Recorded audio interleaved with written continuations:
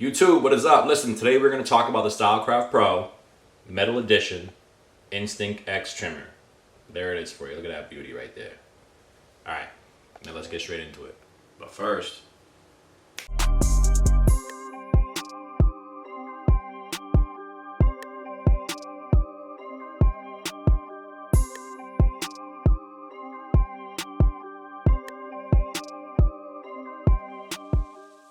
everybody do me a favor.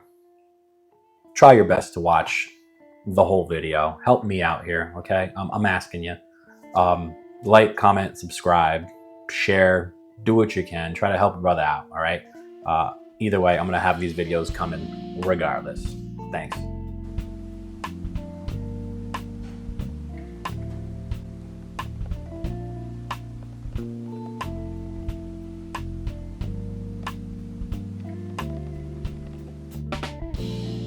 All right, so here's the box. Let's take a look inside the box and see what we got here.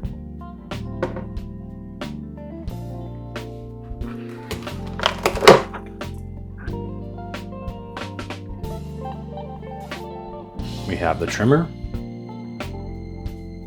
the nice little zero gapper on top.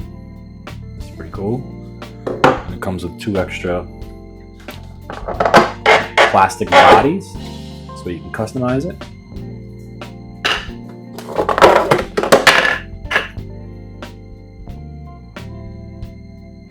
It initially came in this black body. I put the red body on there and added the clear faceplate. This way I can kind of see into the motor. That's my favorite look. So it will come like this. You will have to adjust as needed. Inside we have the charging dock.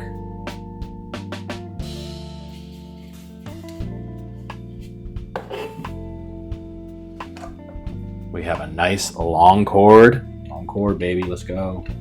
At least an 8-footer right there.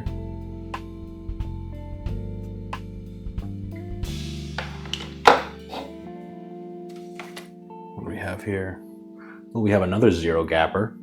It looks like there's 2 different sides to it. You have a soft zero gap, 0.3 millimeters, and then we have an aggressive zero gap.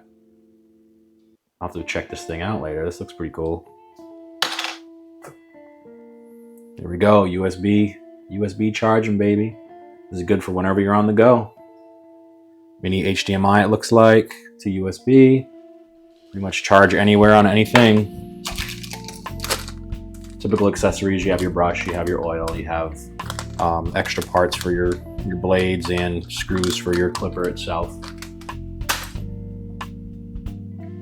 The handy dandy. Don't leave home without it.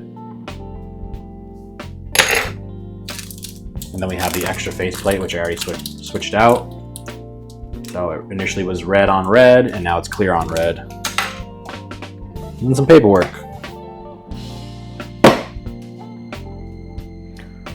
As far as the blade on this trimmer, the bottom moving blade is the one black DLC blade, and the fixed blade is the X Pro wide blade, and that's also black DLC. So it makes an interesting pair. They both cut good together. They pair perfectly together. They give nice sharp lines in the bulk. The bulk removal is probably the best part about this blade / motor in the trimmer. Now, as far as the metal housing goes, the back of the clipper that holds all the internals is metal. Again, the face plates are all plastic, which really doesn't matter. You get 3 of them inside the box that you can choose from and swap them around. So just having that back part that again houses the internals be metal, that's a good thing. Now, one of the best things about this trimmer is the vector motor.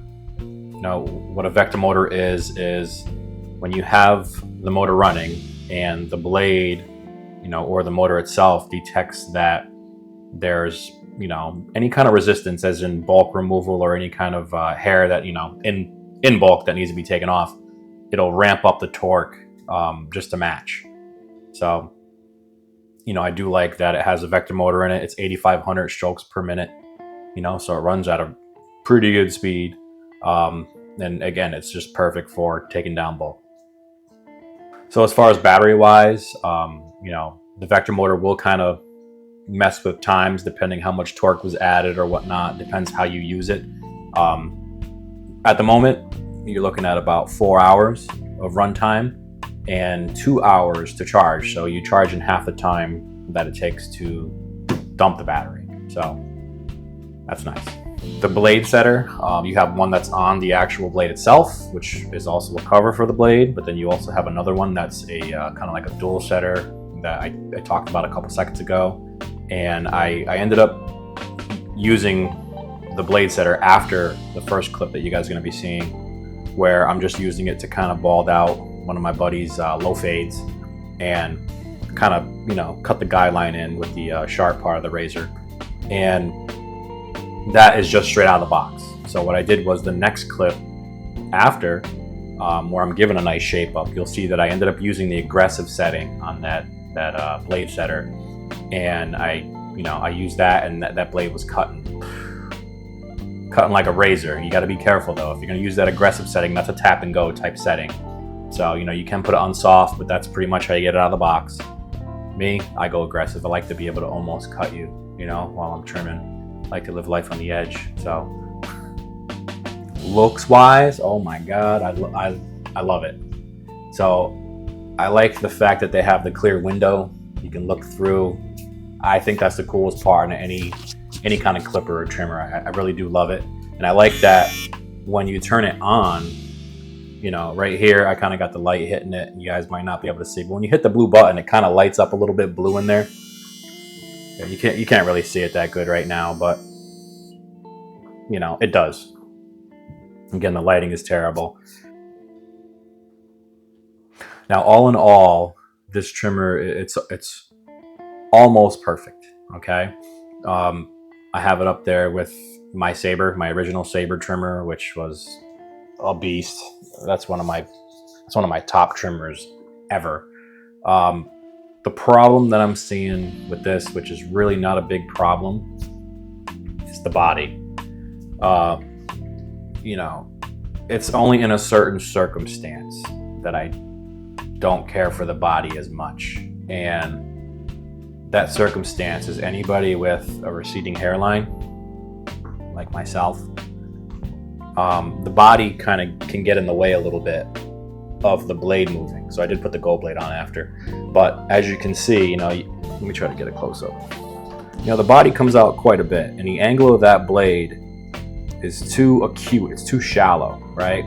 So most blades kind of come up more of an angle this way, allowing you to go like this more. So I can be like this, and the blade will be even, and I can shape people up. So they have more of an acute angle on this thing. And again, I'm being nitpicky, but that's what I do. And that belly on the front of the trimmer can kind of get in the way sometimes. So I have a hard time shaping myself up, again, because my shape up's a little high up, to where I almost can't see what I'm doing, because once you have to angle the trimmer more, you're not looking flat with the blade. You're looking, on the back of the body now, and you have to kind of guess where the work is. So, again, that's me doing it on myself, doing a shape up on myself. But with clients, me being tall enough, it's not that you can't see what you're doing, it's the feel of it. It almost had the same problem. I don't know if you guys remember back in the day, the wall, I think it was the wall Hero. Was it a Hero? I don't remember, but it was that little trimmer they had. It was mini, it was probably like that big. And it had an extra body part that they tacked onto the front, and it made a huge hump and literally messed the trimmer up. This is not as bad as that. But again, if I had to nitpick and I'm gonna say, hey, there's something I don't like, that's the only thing, is the body on this thing. They do say it's ergonomic. I'm gonna go ahead and say I don't see how, right? I've had clippers that kind of, you can fit your thumb in a perfect spot, and then it kind of molds to your hand. This molds to your grip, not to your hand, right? There's nothing on the back of here kind of where I can rest my finger or, put my finger anywhere. And I'm not going to say it's slippery, because it's not, but it's also not textury enough either, So ergonomics wise, it's not there. But again, that does not going to take away to where I'm not going to use the trimmer, because it's literally one of the top trimmers. Ergonomics lacking a bit, and the body style lacking a little bit based on, again, higher foreheads. Everything else freaking perfect. Okay, so that's all I really pretty much have to say.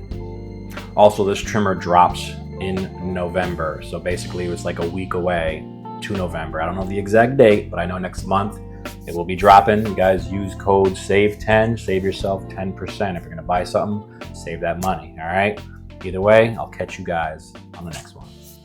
Peace out.